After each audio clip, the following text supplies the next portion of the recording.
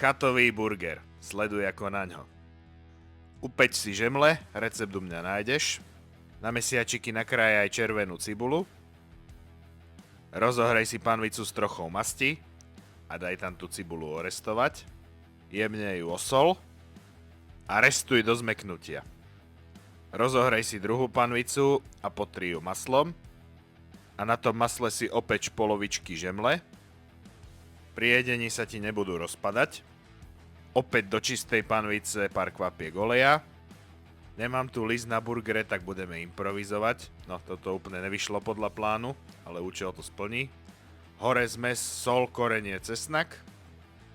A pečeme 3 až 4 minúty z každej strany.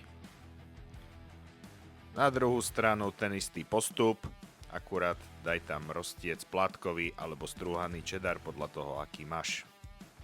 Spodok burgera si potri nejakým obľúbeným dipom, ja tu mám slaninovú majonézu a vysádzaj na ňo, čo máš rád. V mojom prípade paradajky, úhorka, položíme tam to upečené mäsko a na mäso si naukladáme tú restovanú cibulu.